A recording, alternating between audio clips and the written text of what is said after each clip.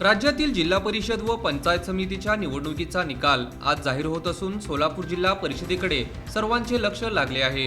जिल्ह्याचे लक्ष लागलेल्या माळशिरसमध्ये चुरशीच्या निवडणुकीचा निकाल समोर आला असून याच दहिगाव गटातून भाजपाचे माजी आमदार राम सातपुते यांच्या पत्नी संस्कृती सातपुते यांचा दहिगाव गटातून विजय झाला आहे। त्यांनी शरद पवार गटाचे विद्यमान आमदार उत्तमराव जानकर यांचे चिरंजीव जीवन जानकर यांच्यासोबत झाली।